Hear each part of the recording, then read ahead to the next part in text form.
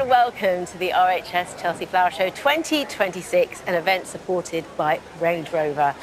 We're so excited to be back here to share loads of inspiration for your gardens at home. Our team of experts are standing by with lots of tips and money-saving advice, helping you have a fantastic garden without it costing you a fortune. Now, our show is all about making an impact. We've had a look around and there are so many things here that are making a statement and standing out, whether it's the bright flowers to water features. Beautiful, absolutely beautiful. Those important first impressions as you walk through. And what's so lovely when we're here is it doesn't matter how large your garden is, whether you've got a patio, container, balcony, there really is something for everyone, including amazing houseplants. And that's what we're here for, is those take-home things, isn't it? Brilliant. Now, it's press day and the amazing floral displays and show gardens have already caught the attention of the world's media. So today, if you too want to make a real statement with your green space, we're going to be showing you how to garden to make an impact. From the biggest and brightest blooms to bold border recipes and the latest foreign tree trends. Plus, I'll be talking to Alex Jones and Roman Kemp about the new rose celebrating the 20th anniversary, can you believe, of the One Show. It's incredible. 20 years, because that's part of your team, isn't it? I know. How long have you been with them? 20 years. 20? I know. We'll also be catching up with Francis Tophill on creating a feature garden with His Majesty the King's Foundation, and I'll be talking to Dame Elaine Page about what she's hoping to find at Chelsea this year. I'm making a beeline for the roses because I need to learn how to deadhead them. First, I've just stepped off Main Avenue and onto the Children's Society Garden. And who better than design expert Toby Buckland to show us how we can be inspired by this amazing garden. And Toby, it is beautiful. It's a plot with pizzazz. A pizzazz, yes. But is it really impactful as you walk through? Well, yeah. The designer, Patrick Clark, he is a master magpie. He's brought together old material, stuff from skips, turned it into something new, something that looks expensive. It's all to do with the DNA of this garden. The theme is wabi-sabi, which is a Japanese art of making good stuff from things that are broken, repairing them, making them better. So how can we be smaller master magpies in our own garden to get this impact? Well, you know, it doesn't look like it at first because it looks so expensive, but see these paving tiles here, these aren't from some Italian showroom, these are from a skip. These are paving stones, municipal ones, sliced up, polished with olive oil, and they just look expensive, but they're not. And what about the frame? I would never have thought of using a steel frame like this in my garden. Well, this one, again, recycled material.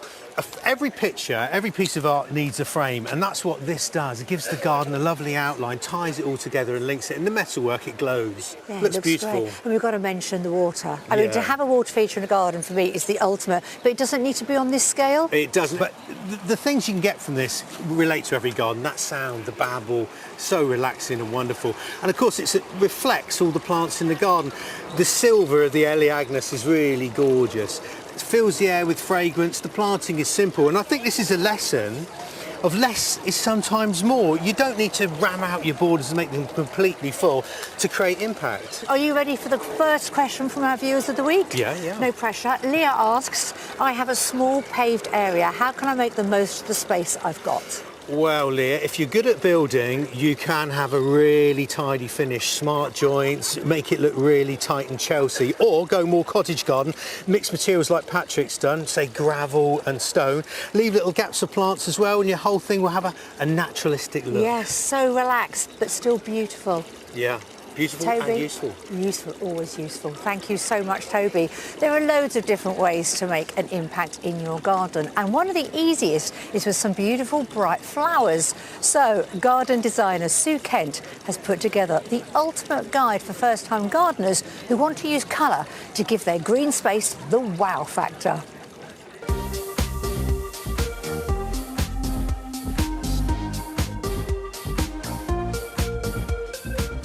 If you want to start growing your own flowers, then annuals are a great place to start. They grow and flower and set seed all in 1 year. And for the price of a packet of seed, you get lots of plants, making them really cost effective. And they flower for ages through the summer. and there are lots of plants to choose from.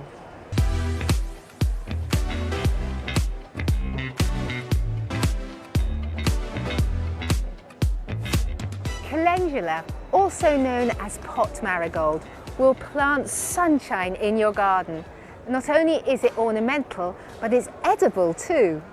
The seeds they produce are large and easy to handle, so they're a terrific plant for any new budding gardener.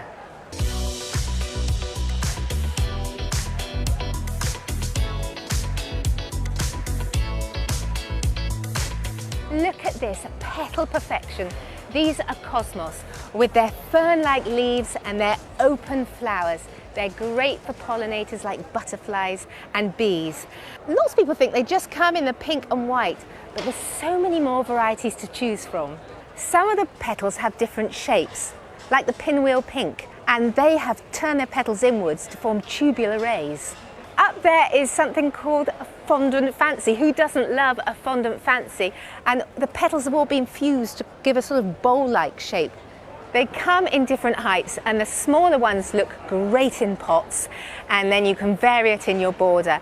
If you're planting them in your border, they look fantastic. They give a real lift of colour throughout it. But the one thing that you need to do to keep them looking good all summer is to deadhead them regularly.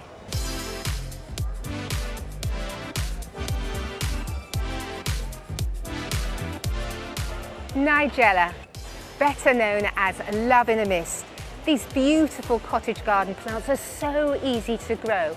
All they need is free draining soil and a sunny position. Make sure the soil is damp and scatter the seeds where you want them, and before you know, you'll see these beautiful filigree leaves, and then these lovely flowers will appear as if they're floating on top.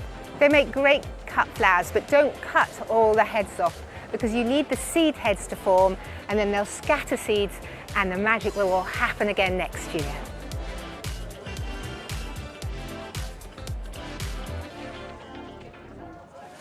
We aren't the only ones keen to get a first look at the gardens and a peek inside the Great Pavilion in search of inspiration. In fact, there's quite a few familiar faces also on the hunt for ideas. It's such a place of inspiration. It's such a place where you can come and be inspired to take things back home, but just enjoy as well. I do like gardening for sure, you know, going outside and being in the fresh air and planting different plants at different times of the year. I'm actually looking for inspiration from my outfits. I get a lot of my inspiration from nature, nice brown tones and creams. Most of all, I just like beautiful things, and I think that a garden is a beautiful thing, especially one like this, which is so organised. You see the thought that goes behind it. Everything has its sort of right place. I think, wow, this is amazing. How can I take a little piece of Tom Stewart's garden and bring that into my own back home? That's what I love about this place, because flowers and plants redeem us all. They literally are our life-giving force. And under these great trees and with scudding clouds, I mean, there's no better place to be. These flowers are from my garden, and just in case, I've got a stunt flower ready for when these start to wilt. So far, it's the pots and everything I've been looking at and the way they're all planted out, and I've picked up a few ideas. We've been growing vegetables in the last few years, but we've changed from growing them in a specific area now to growing them all over the garden. So I think actually, why not? I love a structure, but I do love a wild meadow and a bit of wild grass going on. So here, it's absolutely heaven. There's everything that you could possibly want. Yeah, I've got a young family, so my garden is all about practicality.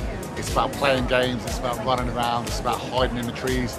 I think if I had something like this and the kids were running around in it, I don't know if the gardeners would be too happy.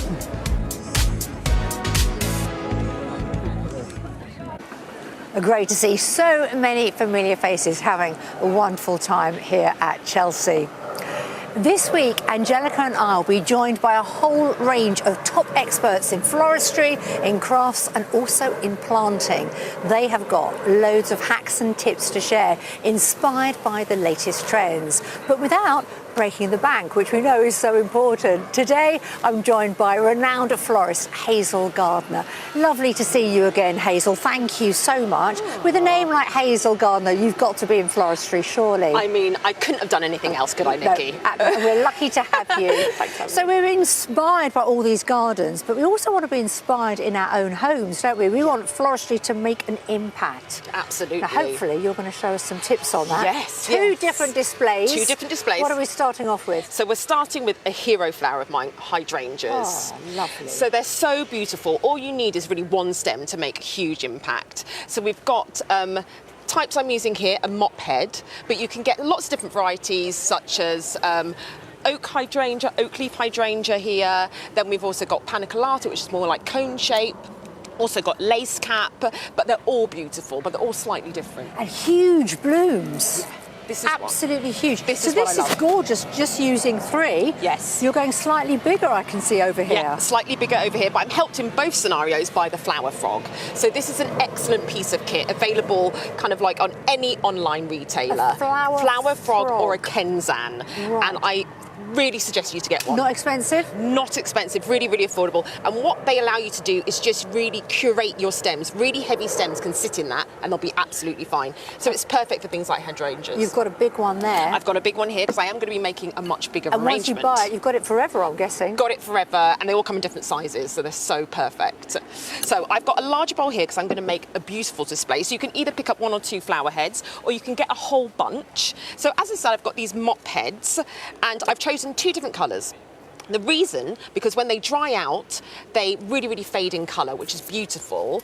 But what you want is really vivid colours, and then they will dry with that colour still in it. So the brighter the colour, the better for later. Exactly, exactly. And they will go a bit dusky, but yes, the brighter, the better.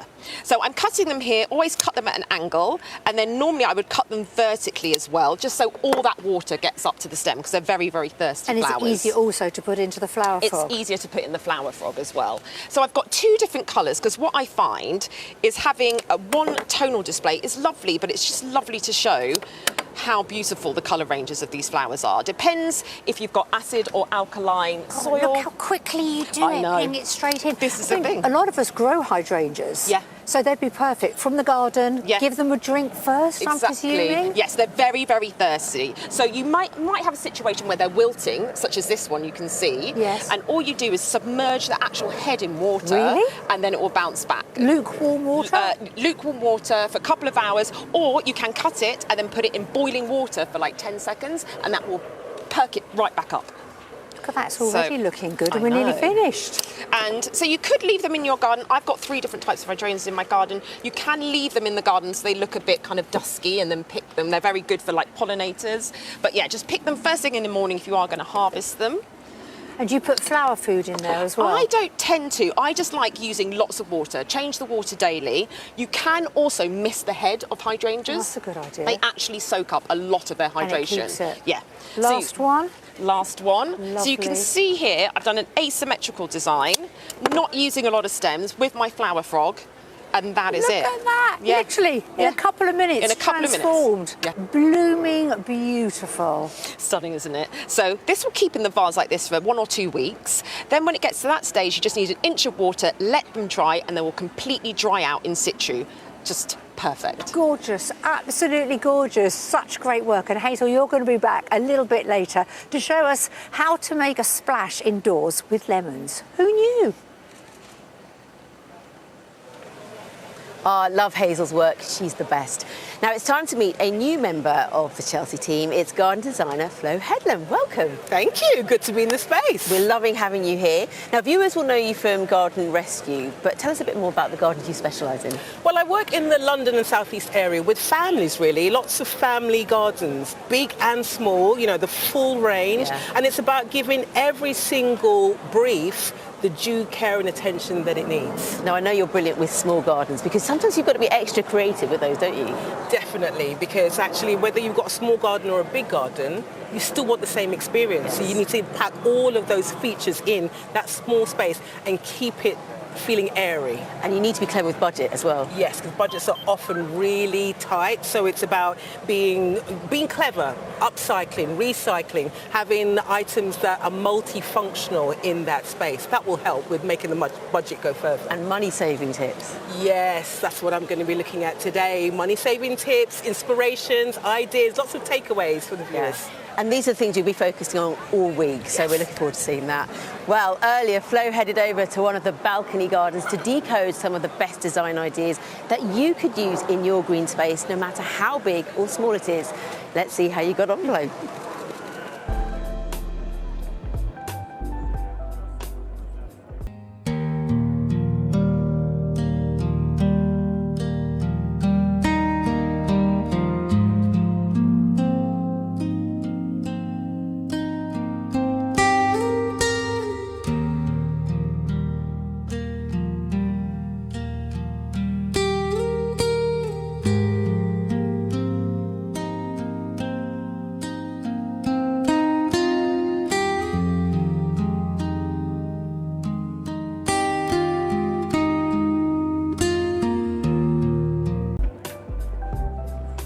Compact spaces can be seen as quite a challenge, but with some clever planning, you could end up with a space like this. A really good approach to your planning is to think of your space in zones, and that will make it easier for you to then get into the detail of how to plan and plot everything. So on this balcony, the right-hand side is about productivity. There's a potting table here for just starting off with your seedlings, and then another table here for potting on, growing, nurturing your plants. And then around on the floor, lots of different modular pots where we're actually growing and maturing the plants. The space is divided by this pot, a really good size and containing this gorgeous pomegranate tree. It gives you height, and that's another thing. When you're in a small space, think bold, think big, and put some height in, because it's great to lift the eye. The left-hand side is about relaxation. There's some gorgeous outdoor furniture, a place to come out and sit and relax, but then you're still surrounded by the garden with all of the pots, with the produce and the flowers, real kind of productivity going on, but you're sitting in the middle of it and enjoying it.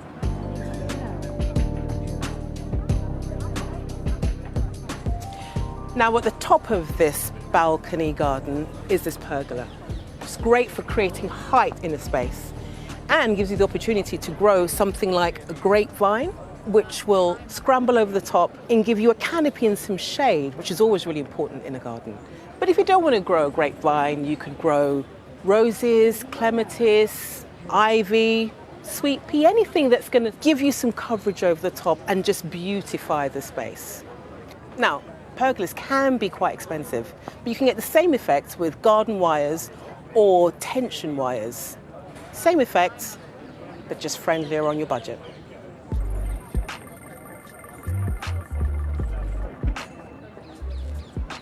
Now, this corner is all about maximizing your growing space. This curved raised bed is packed with edibles.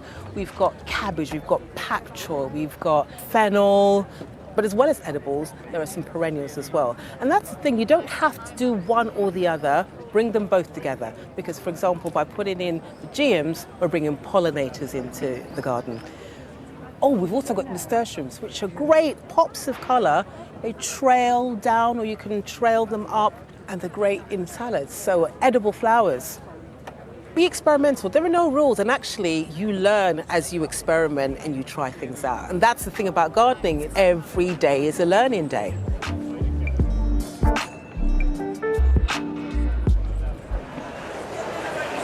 Now, if you've got a gardening question, there's only one place to head for the answer. Of course, it's the Great Pavilion here at Chelsea. It is packed with experts with advice on how to grow your favourite plants. Today, I'm at Peter Beale's roses stand with Head Rosarian, brilliant name, Ian Limmer. Head Rosarian, that is quite a title. It is, I suppose. working with roses for 40 to 50 years, you get to know a lot of different varieties and so on. But yeah, it's a lovely title, isn't it? Well, we know that roses are the most popular flower, aren't they? Most popular plant throughout the whole of the UK.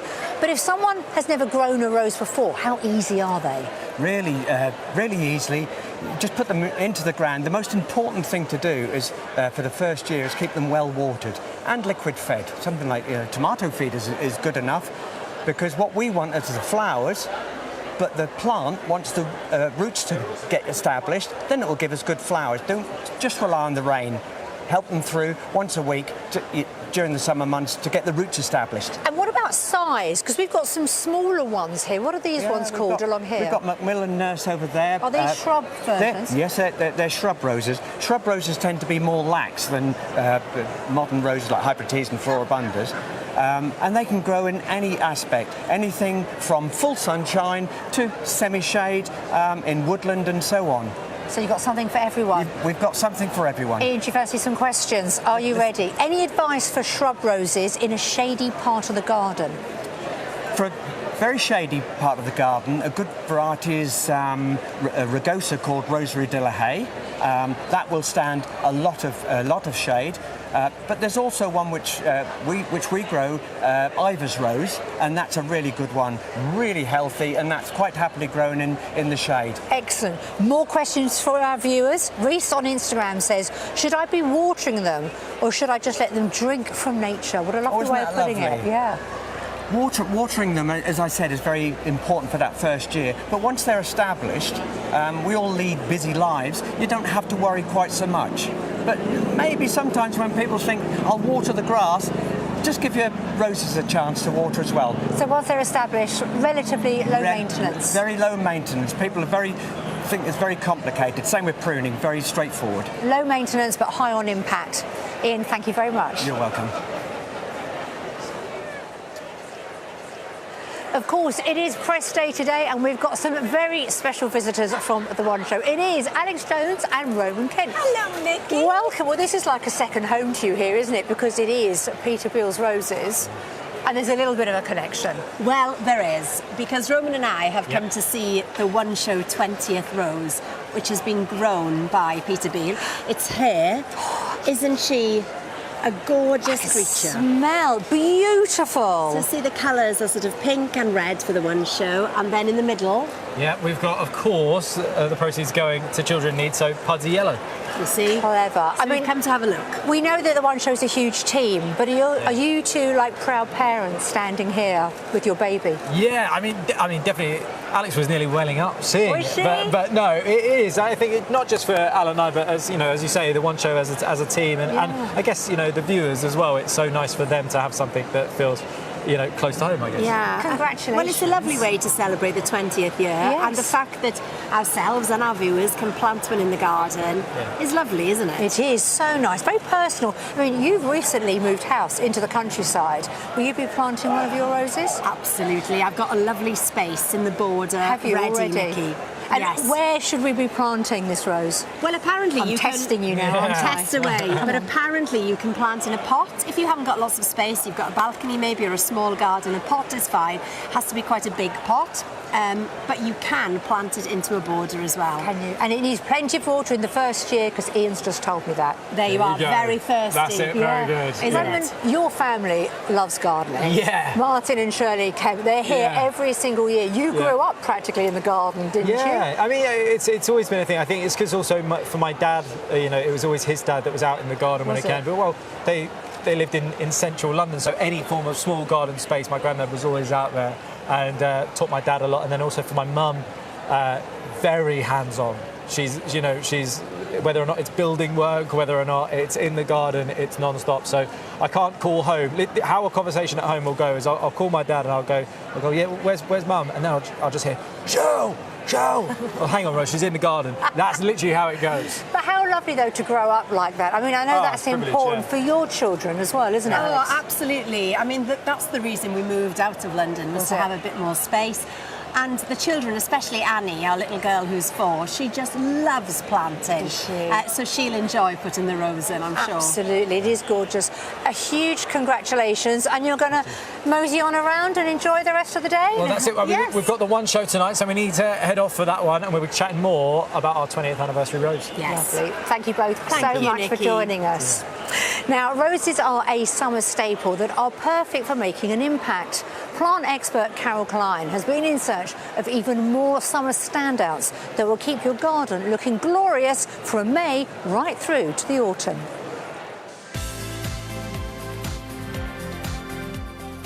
Some say that Chelsea is the start of the social calendar, but it's also the debut of the floral season. And this is just the place to look for this season's summer standouts.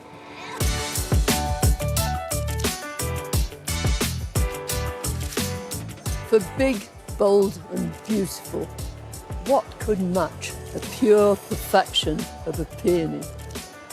Some people would say, but the flowers don't last very long. No, they're true shooting stars, but while they're here, you can't help but gaze into their voluptuous flowers, and absolutely nothing in the garden can beat them for impact. Fascinating feature of these sumptuous blooms is not only do their petals feel as though they're composed of tissue paper, but they change colour too.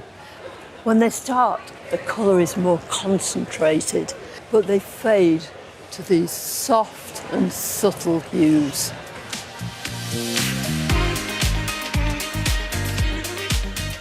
When midsummer arrives, you really want to go up in the world. How about the spikes and spires of verbascums? They're true summer stalwarts with these glorious flowers which go on and on for ages. And one of my favourites is this fairly recent introduction called Clementine. They're such straightforward plants to grow. All they require is decent drainage and a really sunny spot. And that way they'll go on producing these flowers for absolutely months and months, right the way through to late summer. By the time late summer arrives, you may be dreaming of that Mediterranean holiday. But there's no need to head for the airport if you grow these beautiful agapanthus, because they can transport you to all the seas and oceans of the world, from the deepest dark depths of the Pacific to the bright and brilliant blue of the Aegean, and even the white froth of the waves as they splash against the shore. And even if you haven't got a garden, you can grow your agapanthus in a pot. From show-stopping peonies to vibrant verbascums to the moody blues of agapanthus. Look at that one, that's blackjack. You can keep your garden going with big, beautiful blooms all summer long.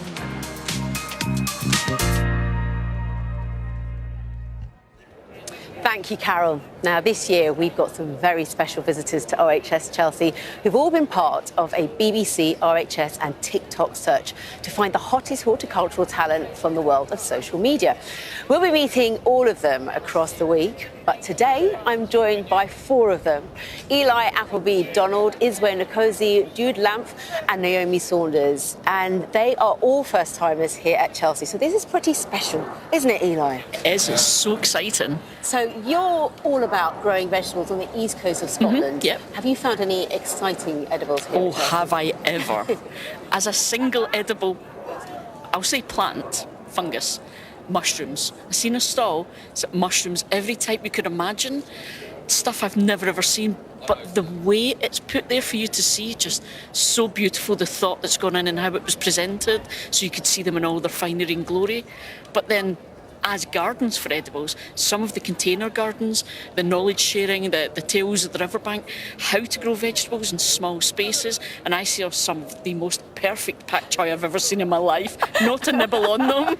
That's amazing. Now, Iswe, yes, you're all about encouraging novice gardeners into growing, yes, isn't that right? That's correct. What have you seen that you thought, that's something that I need to take away? Well, there's really two things I've seen. I had a very complicated relationship with grasses in my garden, but I have just seen some of the grasses that have been displayed in some of these gardens here, and my perceptions on what you can do with grasses in the space has absolutely changed. That inspiration that I came for, I found it in grasses. So I've come here for inspiration because I'm redoing my garden and I'm taking all of that back to mine. So it's going to be absolutely exciting. Well, you've got some points there. That's brilliant. But Jude, you're all about finding hacks and tips and tricks for gardeners, aren't you? Yes, on your absolutely. platforms? That's Tell what us I a bit about cover, that. Yeah. Yeah, so I'm covering a lot of gardening business related. So I started a gardening business last year, and I've just been recording the whole journey of it and taking people along with me. And I mean, I'm getting a lot of inspiration from this place. One of my favourite things about this place is the Japanese garden. I couldn't believe it, honestly. It's special. Meticulous. Yeah. Attention to detail. Every little thing is in the right place. Stones, the moss, everything's perfect. And I'd love to have a go at creating something like that myself in one of my clients' gardens if I got the opportunity. Amazing. I really would. And Naomi, houseplants is your specialism. What have you seen here at Chelsea? So I'm a massive lover of weird and wonderful houseplants. Anything variegated, textured, bit of gangly growth. I've even got a tattoo of an Anthurium Wiroquianum on my arm. But one thing in particular I'm really excited to get my hands on is a cactus that Conservatory Archives showed, which is a Metillocactus geometrizans stacca, which is a little knobbly-bobbly cactus that grows on top of itself. So, yeah, that's great. I love that, knobbly-bobbly. Excellent. Guys, have a wonderful time. It's great to have you here. There's still so much more to come from RHS Chelsea Flower Show 2026, an event supported by Range Rover. I'll be meeting Dame Elaine Page to see what she's found at the show for her terrace. And I'll be catching up with our very own Sophie Rayworth about why Chelsea is so important to His Majesty the King. First though, Toby's back and he's showing you how to make an impact in your borders by being brave with statement trees.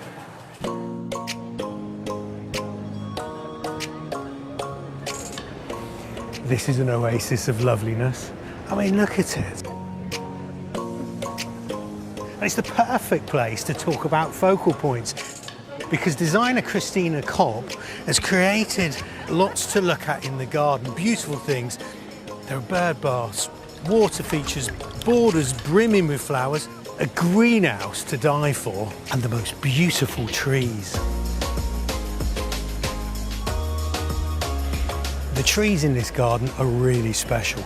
This is a hazel, there's a hornbeam, there's a spindle bush behind me. Now, these are hedgerow plants, but what makes them so good is that they've been multi-stemmed. And that's transformed them into living sculptures. I mean, why have one trunk when you can have 5? And actually, this isn't a difficult way to garden and create a tree yourself. You could dig a hole, put 5 hazel trees in it, and with time, they'll come up and look like this. Or you could take an existing shrub in your garden, a gloomy old evergreen, and then turn it into a light-filled living sculpture, simply by chopping away the lower branches all the way up to the canopy. Now, when I used to work on a nursery, we used to call this technique getting the plant to show some knee. It's also known as crown lifting, and you can see just how it transforms the plant. And there's another advantage of having a multi-stem tree. Because the branches are growing cheek per jowl and the plant is kept pruned, it stays below its usual height. But like this, you get the look of a mature tree, but lower down. The other thing it does, it creates layers. You've got the tree canopy above with its catkins in autumn colour, and at ground level, a whole new bit of garden to plant up.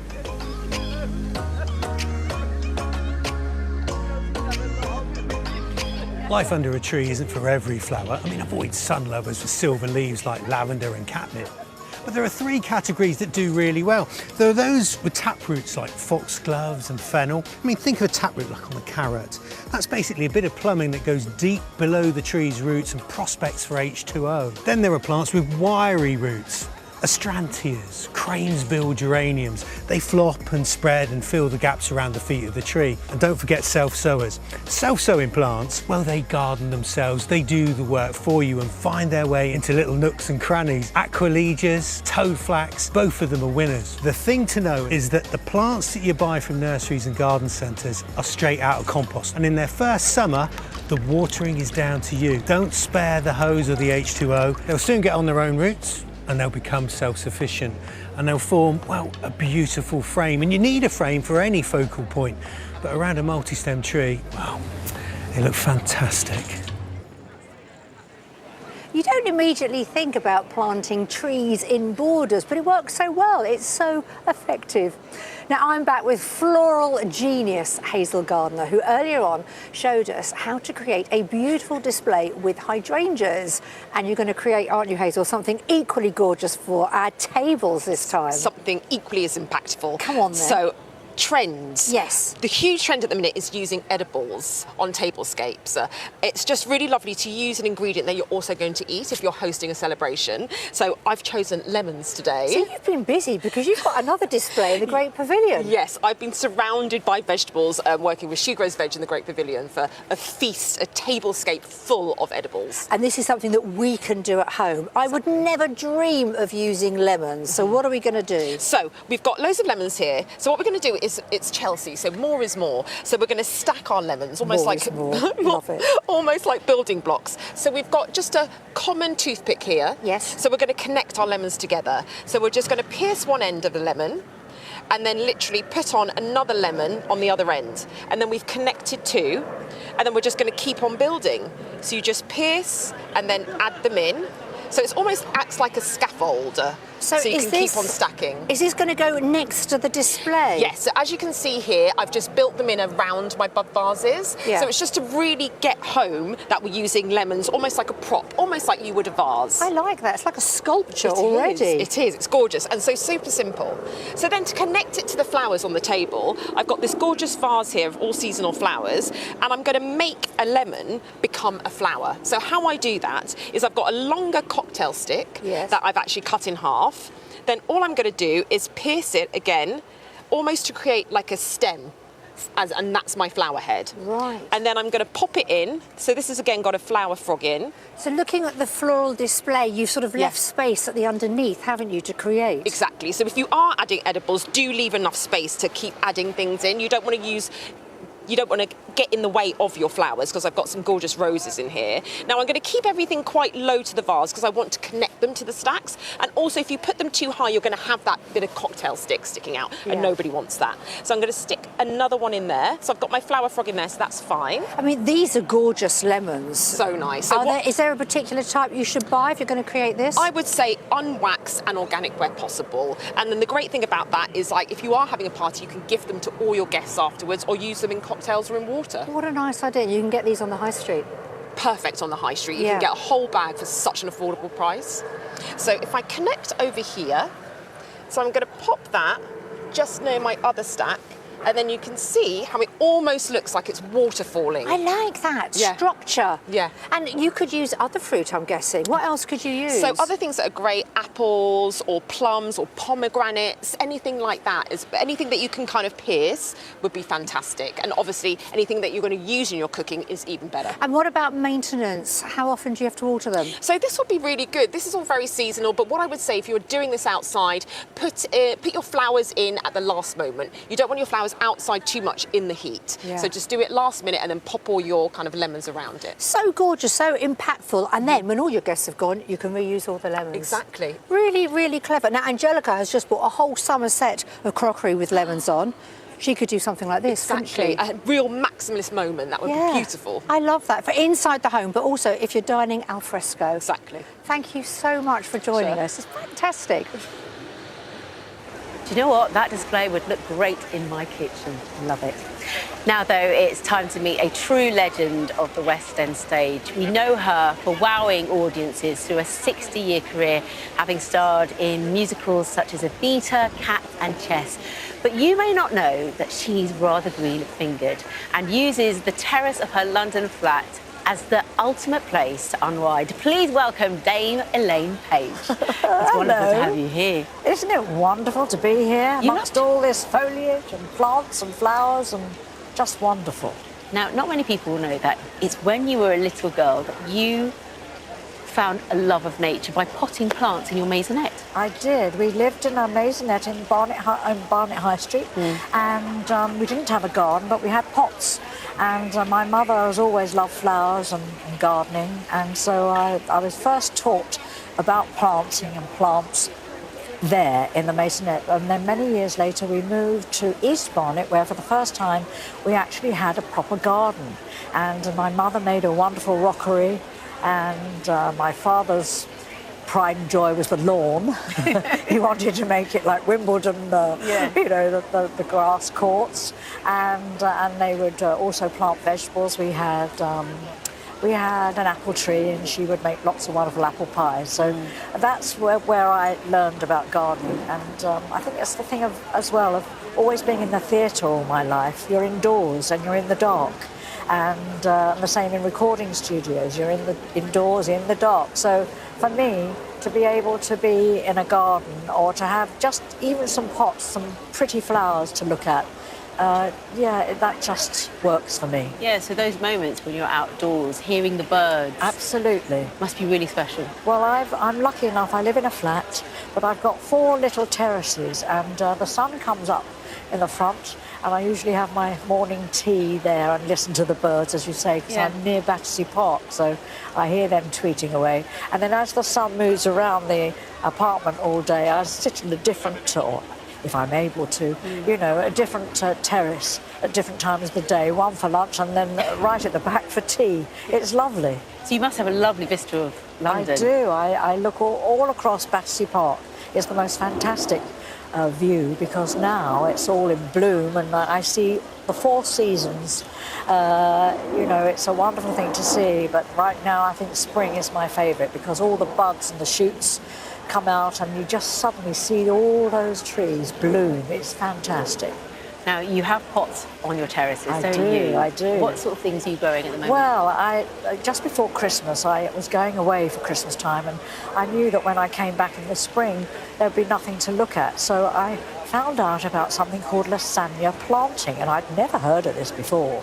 And so I looked it up online and what to do, and I learned how to do it. Basically, it's like lasagna. It's layers of bulbs, and so I bought bulbs, and the lower layer you put the latest blooming flowers, so things like tulips and alliums and the tall ones, and then the middle one is hyacinths and dwarf daffodils, something like that, and the top is the earliest flowers like snowdrops and crocus and things like that. And much to my amazement, I mean, I did it and thought, oh, this is never going to work.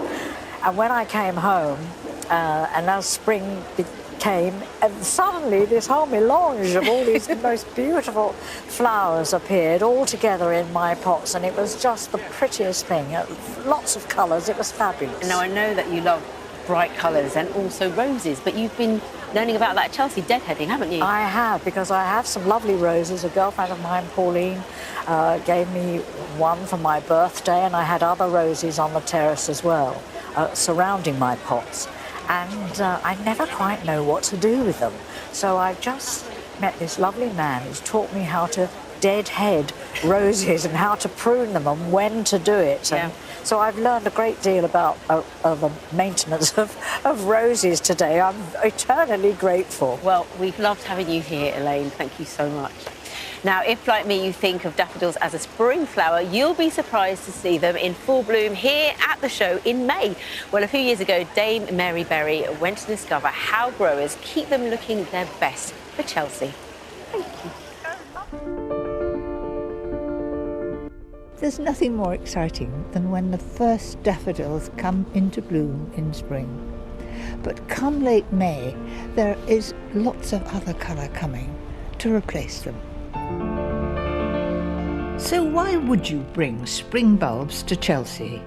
Well, for over 30 years, Taylor's Bulbs have. So I've come to Lincolnshire to meet Adam Taylor, the latest in a long line to nurture these spring staples. Adam, I have never in all my life seen so many daffodils together. It's really spring. Wonderful. It's a beautiful sight, isn't it? It goes on forever. So how many have you got here in this enormous field? In total, we have 4,000 tonnes of bulbs in the ground in this area. They just look so organised. They're in straight lines all along. In the wind, they look so special. They're trumpet type. Yes, this is your classic yellow trumpet daffodil, as people would call them. Variety called Carlton. It's what most people would imagine a daffodil is to be. How many varieties have you actually got over the farm of daffodils? We've got a lot of different varieties. Let me show you.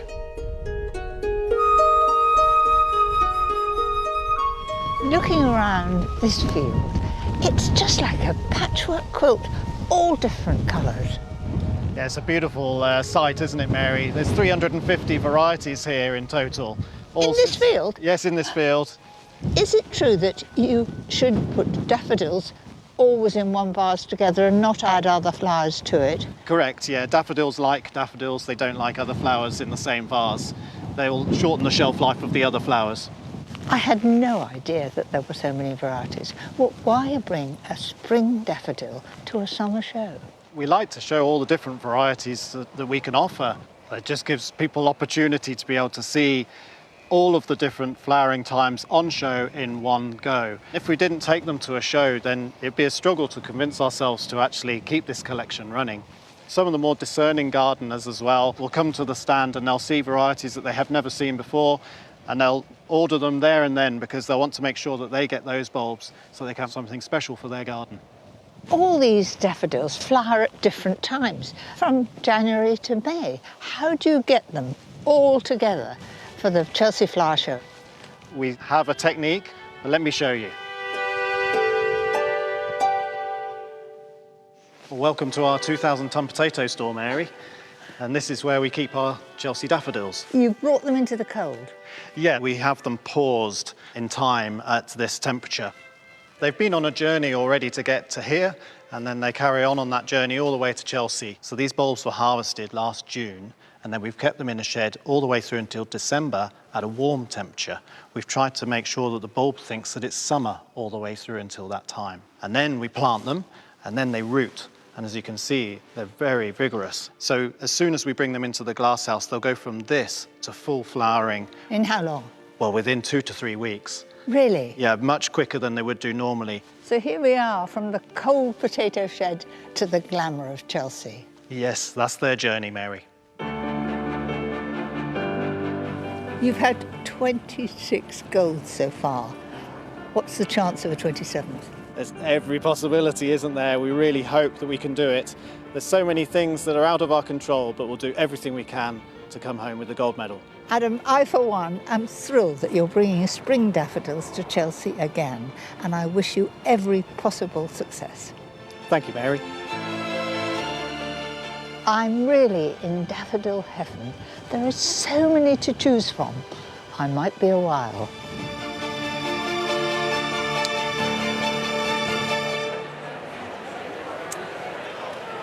Absolutely stunning. And joining me now from Taylor's Bulbs is Adam Taylor. Hi, Hello. Angelica. Well, that was then, this is now. And I've got to say, this display is absolutely beautiful. And it was interesting to hear how much work goes into making sure all the daffodils bloom at the same time. Yeah, it's always a risk because you're playing with their natural flowering season. So bringing them here to a show at the end of May is always a little bit odd, considering that they flower in March and April. Yeah, so is it from January to May that different varieties will bloom? Yeah, they're the extremes. And so not a lot of people know that you can have daffodils in flower in January or May, but most of them are in that middle peak of March-April season. And they'll always follow a period of time over that as well. So some will be in early March, others in late March, and so you can have daffs in flower for a long period of time. Now, daffodils, they are fantastic for impact, aren't they? Yeah, really good in those dark early spring days when you haven't got as much natural light and all of a sudden you've got the bursts of yellow in particular. A lot of my favourites tend to be the whites that come a little bit later. I like them. They complement blossom a lot of the time as well. But we have such an array. It's always daffs, they're yellow. No, there's more. There is more to it. And there's been 2 new varieties this year. Tell us about them. Yeah, so Wordsworth Golden, this one here, is a variety that we are using with our celebration of the National Garden Scheme centenary. It's just a classic yellow. It's got a great big corona, which a lot of people find really quite attractive. So this is one. And another is Hever Castle. Hever plant a lot of daffodils. They have their own festival. Yeah. And so we named a variety in honour of everything that they do for our daffs. Amazing. Now, Adam, I've got to say good luck. Thank Could you. be your 33rd gold medal. Yeah, we hope so. I think the team have done a fantastic job, and let's see what we get. Well, if I was judging. Thank you. I'm here on the RHS and the King's Foundation Curious Garden, designed by none other than our very own Francis Tophill. Francis, a huge congratulations. You look fabulous today, and the garden is amazing. Thank you. Are you relieved it's all finished? Are you delighted? Yes, I need a bit of time for it to sink in. I reckon in a month I'll know how it's gone. Yes. At the moment, I'm just so in it, you know? Yeah, amazing. But to design a garden with His Majesty the King, Sir David Beckham and Alan Titchmarsh, CBE, I mean, that is quite a responsibility. That's the word for it. That's what I felt, a responsibility. Not to let anybody down, and it's the RHS and the King's Foundation as well. But actually, it's been a lovely collaboration. Alan's a great friend, so he's been on the end of the phone whenever I've needed.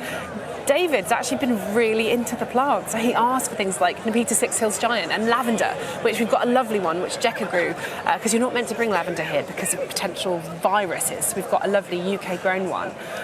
So it's just been really lovely. And obviously the King, with his sustainable ethos and biodiversity and all of those things are what I'm about anyway. So it's been lovely. Working with such passionate people. Yes. And what's so great, I mean, already there's so many people looking at the garden, but they can actually come onto the garden as well. That makes a difference. That's really important to me. You know, we come every year and we're very lucky that we get to stand on the gardens and you get the whole atmosphere then. And I wanted to make sure that the people visiting the Chelsea Flower Show can get that. And also explore it. You know, it's about plants. We've got all the plants growing out here, which people use all the time. I want to celebrate how important plants are. And then in what I'm calling the Museum of Curiosities. I love that. I love it. There's so much to look at that you can do with all of the plants that are being grown. And I want people to explore that. So if there were 3 plants that people perhaps could not literally take away but replicate at home, what would you suggest?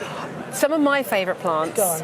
The pomegranate trees. Yes. They are not fully hardy, so I'm not even sure that I could grow them at home, but I might just give it a go. Yeah, give it a go. Because I love them. But also we've got lots of really lovely herbs. Now, where I live, it's quite wet, so what I've done here is I've put all of the drought herbs into pots with lots and lots of grit. So I think that's a really nice thing to do. So easier to grow. Yeah, so we've got like South African rosemary. This is a manuka right by the beehive, you know, like manuka honey. Yes. So this is the plant, but you know, if you put something in a pot and you put some gravel in there, you have the flexibility to move things around, protect them when it's cold, things like that. So I've tried to do that. And obviously, putting veg front and centre and letting some of it bolt. Close to your heart. Totally. We've got flowering broccoli and things like that, which are great for pollinators, and they look really beautiful, yellow flowers. Well, it's not just the two of us standing here on this garden, is it? Because I have noticed another little bearded chap behind us. Prominent place. Is he going to be there the whole time? Because we haven't seen gnomes here before. Not for a long time. Chelsea Flower Show banned them over 100 years ago. And because the King has a gnome at Highgrove that he hides, so the gardening team find it in different places. So is he going to be moving? Does he move on his own? He does move. I've never seen him move, but every day he's somewhere new. So let's he's see. certainly enjoying this garden, that's for sure.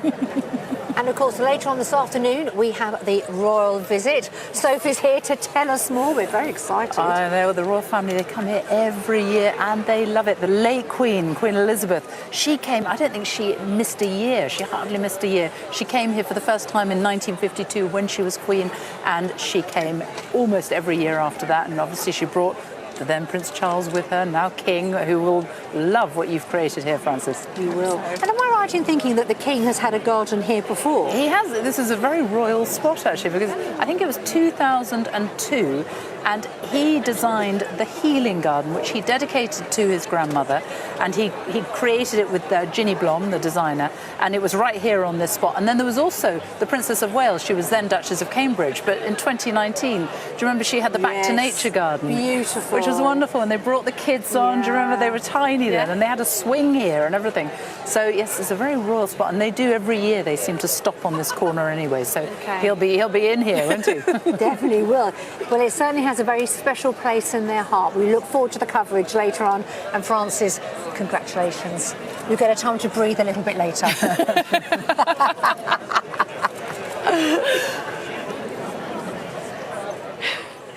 Now, for the first time this week, we're opening the Chelsea Garden Clinic, the place for you at home to ask your burning gardening questions. And in the hot seat to answer them today, it's Toby. Are you ready for this? Yeah, feeling the pressure? Yes, but I'm ready. Yeah, you're always ready. Shall I go first? OK, Laura's got in touch via Instagram. What British native plant gives the best impact? Well, it's got to be that Chelsea favourite, the foxglove. So easy to grow, self-sows, comes up in one spot, grows a crown of leaves and then flowers the following year. Dead easy. It's so colourful. Bees love them. You love them, don't you? I do. There's a lot in the grounds here. Yeah. Well, it's partly because they fill out borders so beautifully. They've got plump flowers, haven't they? That's the way to describe them. There's something really tactile about them. I love the word plump. Yeah. Ample. Great. Angela Rippon was here earlier and she's got a question for you. I've got a question for the clinic. How can I make my city garden still look like a garden through the winter? OK. Evergreens are going to be your friend. Now, you don't have to have box balls. There's been trouble with those. But there are other evergreen shrubs like Pittosporum, good balls you can shape them into. There's one called golf ball, for example, that's very good for this. Or heuchera. Now, these are soft-leaved, perennial herbaceous plants. That means they've got the soft foliage flowers as well. But they come in all different colours and they can make a tapestry that will last all winter long and look really beautiful. So the fact that you live in the city or town, you don't have to compromise, do you, on your plants? No, these are wonderful in window boxes as well. So when you look out from your kitchen window, you can see the flowers framing the garden beyond on the darkest and grimmest of days. You know, they'll bring the place to life. Wonderful. OK, Tracy has got in touch via Instagram. My jasmine houseplant keeps throwing off tendrils, growing leaves, and hasn't flowered for 2 years. What do I need to do to get it to flower? You've got to shock it back into flower. Stick it outside your back door so it gets a cold night or two, and then give it lots of tomato fertiliser. You could prune it as well. That will give it a bit of the boost it needs. It's kind of like drying it off in the pot can help as well, but it's that shock to snap it out of this constant production of foliage. Treat it mean and it'll be a bit keener. When you say dry it out, though, how long do you dry it out for? Well, just let it be on the dry side. If you overwater and overfeed all the time, plants just think, well, I'll put on foliage and no flowers. So it's like holding your nerve to make sure it comes back. Yeah, that's it. Just be a bit meaner. Yeah. Time for one more? Yeah, should we do this one? This is from Rebecca. I have a trailing rosemary. It was doing so well, so many flowers this year, then all of a sudden it looks sad. How can I revive it? Because it's starting to look sadder. Ooh, I'm looking at that. I can see the pot there at the bottom. Now, if you let a plant dry out completely, particularly one that's been established and its roots have been in that container for a long time, it will become so root bound that it's hard to get the water in. And then when you do, you've kind of rotted off roots because the plant's dried out and then it sits soaking wet and dies back. The best thing I'd say, and you're not going to like this, but is take a cut in a bit and start again. Well, start again. Do you know, this is the season of hope. You can take a cutting of a rosemary now, drop it on the floor and it'll grow roots, but stick a few of them in a pot and you'll have a new plant, more plants for free than that original, and as long as you keep it well watered in the future and pot it on occasionally, I think it will do really well. So be brave. Well, sometimes plants need a reboot, and rosemaries are classic for this, particularly in containers. They're not going to live forever. Oh, great. We love all this advice, don't we? So good. So good. We've got so many more, but we've got a whole week here, so that's good. Toby, as ever, thank you very much indeed. Now, do keep sending in your questions. You can text our WhatsApp number, which is on the screen now, or head to the BBC Gardeners World socials using the hashtag Chelsea Garden Clinic. Now, we've heard earlier that for the second time ever at the RHS Chelsea Flower Show, the ban on gnomes has been lifted. Now, in celebration, we'd like you to send in your garden gnome pictures using the hashtag Gnome of the Day on our socials, and we'll be sharing some of our favourites across the week. That's it from us today, but you can join Monty and Rachel on BBC Two at 8 o'clock to see what His Majesty the King makes of Francis's garden as he tours the showground with other members of the royal family. And we'll be back here on BBC One tomorrow at 2 o'clock to bring you all the excitement of Medals Day. Plus, we'll be showing you how to garden to help nature flourish. We'll see you tomorrow. See ya. Bye. Bye.